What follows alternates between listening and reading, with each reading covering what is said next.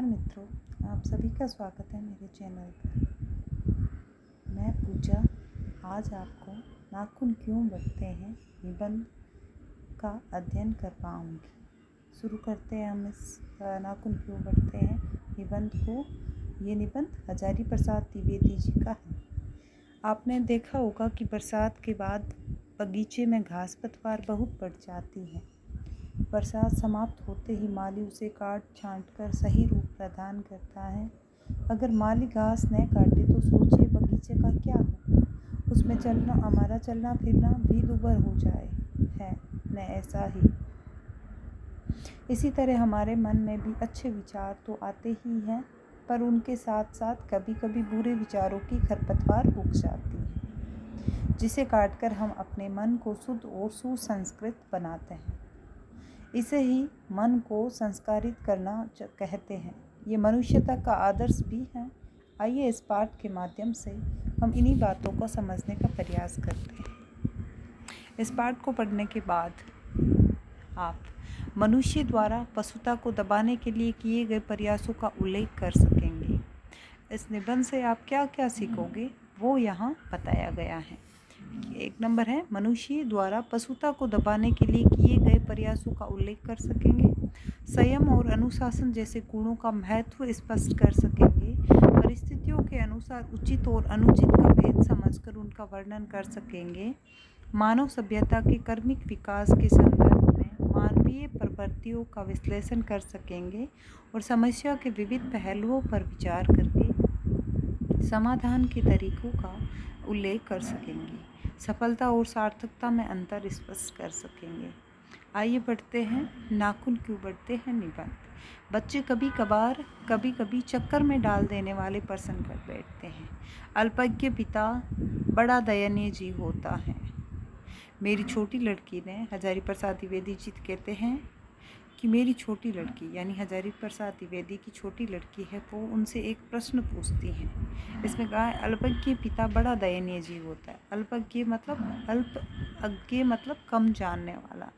पिता बड़ा दयनीय जीव होता है। मेरी छोटी लड़की ने जब उस दिन पूछ दिया कि आदमी के नाखून क्यों बढ़ते हैं, अपने पिताजी हजारी प्रसाद द्विवेदी जी से उनकी छोटी लड़की ने सवाल किया है कि आदमी के नाखून क्यों बढ़ते हैं, तो मैं कुछ सोच ही नहीं सका। हर तीसरे दिन नाखून बढ़ जाते हैं। बच्चे कुछ दिन तक अगर उन्हें बढ़ने दे तो माँ बाप अक्सर उन्हें डांटा करते हैं, पर कोई नहीं जानता कि ये अभागे नाखून क्यों इस प्रकार बढ़ा करते हैं। काट दीजिए, वे चुपचाप दंड स्वीकार कर लेंगे। पर निर्लज मतलब लज्जा रहित, जिसे शर्म ना हो, अपराधी की भांति फिर छूटते ही सैन पर हाजिर। आखिर ये इतने बेहया क्यों हैं? कुछ लाख ही वर्षों की बात है, जब मनुष्य जंगली था, वन मानुष जैसा। उसे नाखून की ज़रूरत थी। उसकी जीवन रक्षा के लिए नाखून बढ़ना बहुत ज़रूरी थे। असल में वही उसके अस्त्र थे। दांत भी थे, पर नाखून के बाद ही उनका स्थान था। यानी नाखून उनका पहला अस्त्र था और दांत उनके बाद के अस्त्र थे। उन दिनों उसे जूझना पड़ता था, प्रतिद्वंदियों को पछाड़ना पड़ता था। नाखून उसके लिए आवश्यक अंग था। फिर धीरे धीरे वह अपने अंग से बाहर की वस्तुओं का सहारा लेने लगा। पत्थर के ढेले और पेड़ की छाल डाले काम में लाने लगा। रामचंद्र जी की बांदरी सेना के पास ऐसे ही अस्त्र थे। उसने हड्डियों के भी हथियार बनाए। इन हड्डी के हथियार में सबसे मजबूत और सबसे ऐतिहासिक था देवताओं के राजा का वज्र, जो ददीची मुनि की हड्डियों से बना था। मनुष्य और आगे बढ़ा। उसने धातु के हथियार बनाए। जिनके पास लोहे के अस्त्र और शस्त्र थे वे विजयी हुए। देवताओं के राजा तक को मनुष्य के राजा से इसलिए सहायता लेनी पड़ती थी कि मनुष्य के राजा के पास क्या होता था, लोहे के अस्त्र हुआ करते थे। असुरों के पास अनेक विद्याएं थी, पर लोहे के अस्त्र नहीं थे। शायद घोड़े भी नहीं थे उनके पास। आर्यों के पास ये दोनों चीज़ें थी। कौन कौन सी चीज़ें थी? लोहे के अस्त्र भी थे आर्यों के पास और घोड़े भी थे। आर्य हमेशा विजयी हुए क्योंकि उनके पास ये दोनों चीज़ थी। फिर इतिहास अपनी गति से बढ़ता गया। नाग हारे, सुपर्ण हारे, यक्ष हारे, गंधर्व हारे, असुर हारे, राक्षस हारे। लोहे के अस्त्रों ने बाजी मार ली। इतिहास आगे बढ़ा। पलीते वाली बंदूकों ने, कारतूसों ने, तोपों ने, बम्बों ने, बम्ब वर्षक वायुयानों ने इतिहास को किस कीचड़ भरे घाट तक घसीटा है, ये सबको मालूम है। नक दर मनुष्य एटम बम पर भरोसा करके आगे की ओर चल पड़ा है, पर उसके नाखून अब भी बढ़ रहे हैं। अब भी प्रकृति मनुष्य को उसको भीतर वाले स्तर से वंचित नहीं कर रही है। आज भी वह याद दिला देती हैं कि तुम्हारे नाखून को भुलाया नहीं जा सकता। तुम वही लाखों वर्ष पहले के नकदंतावलंबी जीव हो, पशु के साथ एक ही सतह पर विचरने वाले, चरने वाले। ततः किम, मैं हैरान होकर सोचता हूँ कि मनुष्य आज अपने बच्चों को नाखून न काटने के लिए डांटता है। किसी दिन कुछ थोड़े लाख वर्ष पूर्व वह अपने बच्चों को नाखून नष्ट करने पर डांटता रहा होगा, लेकिन प्रकृति है कि वह अब भी नाखून को जिलाए जा रही है, और मनुष्य है कि वह अब भी उसे काटे जा रहा है। वह कमबख्त रोज बढ़ते हैं क्योंकि वह अंधे हैं, नहीं जानते कि मनुष्य को इससे कोटि कोटि गुना शक्तिशाली हथियार मिल चुका है। वो नाखून के बारे में कहते हैं क्योंकि वह अंधे हैं, नहीं जानते कि मनुष्य को इससे यानी नाखूनों से कोटि कोटि करोड़ों गुना शक्तिशाली हथियार मिल चुका है। मुझे ऐसा लगता है कि मनुष्य अब नाखून को नहीं चाहता, उसे नाखून से कोई मतलब नहीं। उसके भीतर बर्बर युग का कोई अवशेष रह जाए, ये उसे असहनीय है। लेकिन ये कैसे कहूँ, नाखून काटने से क्या होता है? मनुष्य की बर्बरता घटी कहाँ है? वह तो बढ़ती जा रही है। नाखून काटने से क्या होता है? मनुष्य की बर्बरता घटी कहाँ है? वह तो बढ़ती ही जा रही है। मनुष्य के इतिहास में हिरोशिमा का हत्याकांड बार बार थोड़े ही हुआ है, ये तो उसका नवीन रूप है। मैं मनुष्य के नाखून की ओर देखता हूँ तो कभी कभी निराश हो जाता है। ये उसकी भयंकर पार्श्ववर्ती के जीवंत प्रतीक है। मनुष्य की पशुता को जितनी बार काट तो वह मरना नहीं जानती। कुछ हजार साल पहले मनुष्य ने नाखून को सुकुमार विनोदों के लिए उपयोग में लाना शुरू किया था। वात्सायन की कामसूत्र से पता चलता है कि आज से 2000 वर्ष पहले का भारतवासी नाखून को जम के संवारता था। उनके काटने की कला काफ़ी मनोरंजक बताई गई है। त्रिकोण, वर्तुलाकार, चंद्राकार, दंतुल, यानी त्रिकोण काटते थे, वर्तुलाकार, चंद्राकार, दंतुल आदि विविध आकृतियों के नाखून उन दिनों विलासी नागरिकों के न जाने किस काम आया करते थे। उनको सिकथक, मोम और आलता से यत्नपूर्वक रगड़कर लाल और चिकना बनाया जाता था।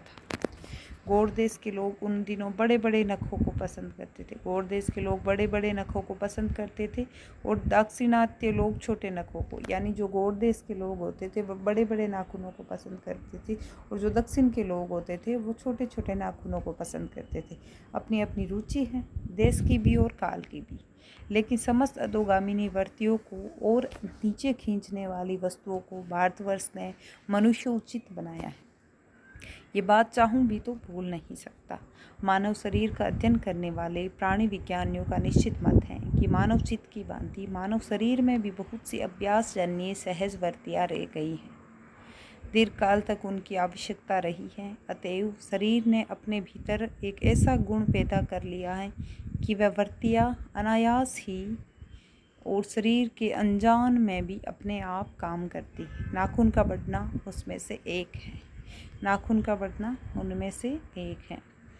उसमें से एक केस का बढ़ना, दूसरा है दांत का दोबारा उठना, तीसरा है पलकों का गिरना, चौथा है नाखून का बढ़ना एक है।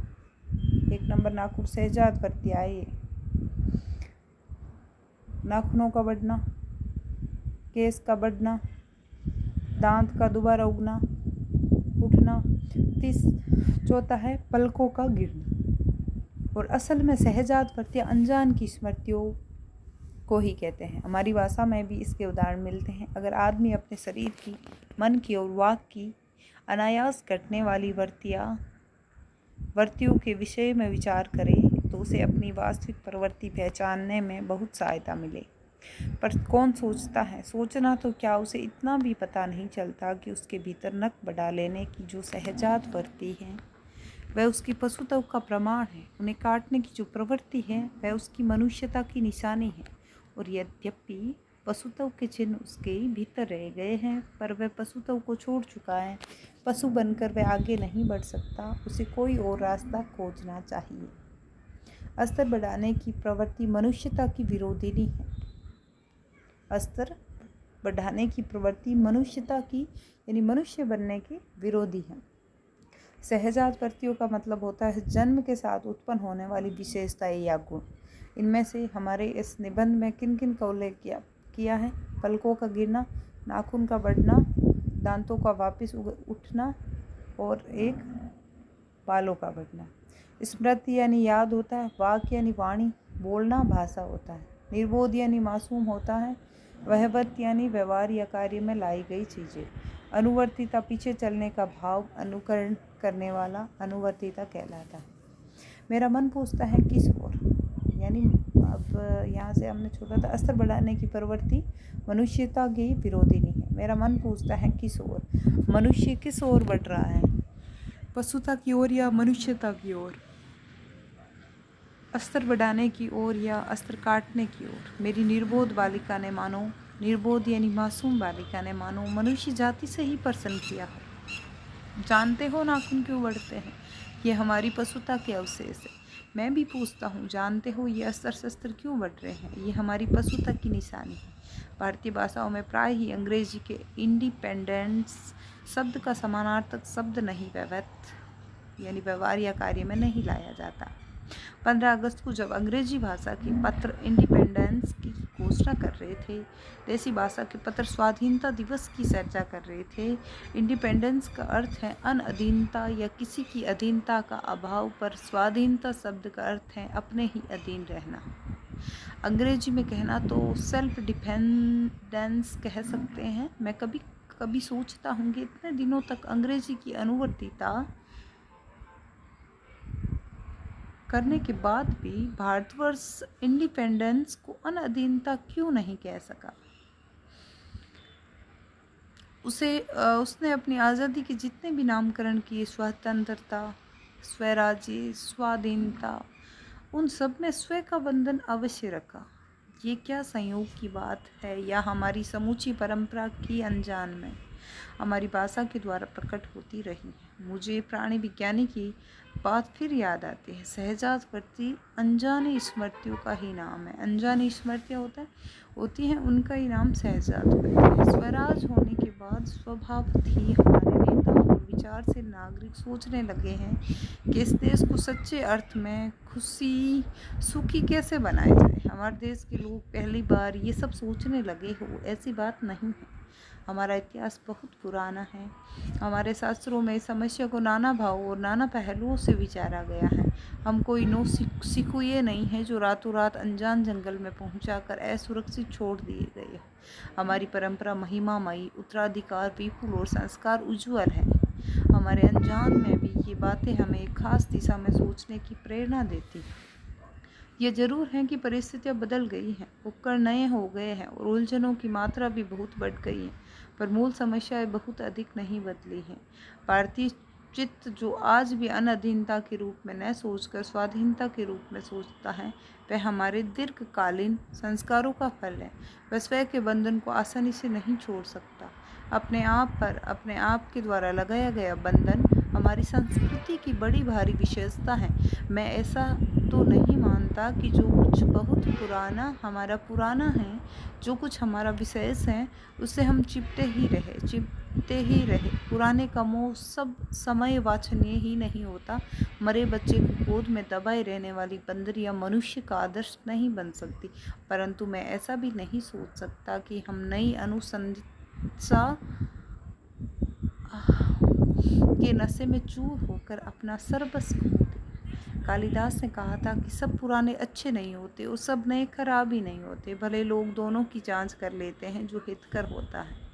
इस बात को आपको याद रखना है। पूछ सकते हैं सवाल, कालिदास ने नाखून क्यों बढ़ते हैं निबंध में क्या कहा था, या ये कथन किसका है? तो सब पुराने अच्छे नहीं होते, सब नए खराब ही नहीं होते। भले लोगों दोनों की जांच कर सकते हैं। भले लोग जो हितकर होता है उसे ग्रहण करते हैं।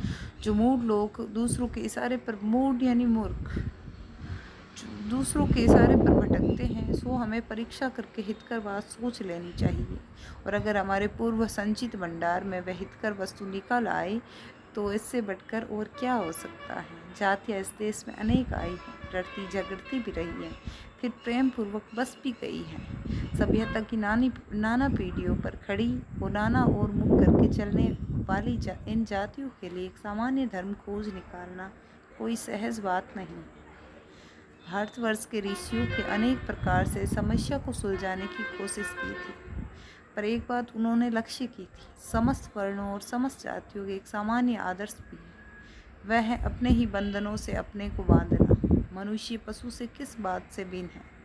आहार निद्रा। अपने ही बंधनों से अपने को बांधना। मनुष्य पशु से किस बात से भिन्न है? आचार्य प्रसाद द्विवेदी जी क्या कहते हैं? आहार निद्रा और आदि पशु सुलभ स्वभाव उसके ठीक वैसे ही है जैसे अन्य प्राणियों के, लेकिन वह फिर भी पशु से भिन्न है। उसमें संयम है, यानी मनुष्य में संयम है, दूसरों के सुख दुख के प्रति संवेदना है, श्रद्धा है, तप है, त्याग है। ये मनुष्य के स्वयं के उद्भावित बंधन है। इसलिए मनुष्य झगड़े टंटे को अपना आदर्श नहीं मानता, गुस्से में आकर चढ़ दौड़ने वाले अविवेकी को बुरा समझता है एवं वचन, मन एवं शरीर से किए गए असत्याचरण को गलत आचरण मानता है। ये किसी भी जाति या वर्ण समुदाय का धर्म नहीं है, यह मनुष्य मात्र का धर्म है। महाभारत में इसलिए निर्वैर भाव, सत्य और अक्रोध को सब वर्णों का सामान्य धर्म कहा है। अविवेकी यानी सही गलत की जो पहचान नहीं कर सकता वो अविवेकी कहलाता है, और अविवेक यानी सही गलत की पहचान न कर सकना, और उद्भावित यानी प्रकट, संयम यानी आत्मनियंत्रण, खुद का नियंत्रण, खुद का नियंत्रण।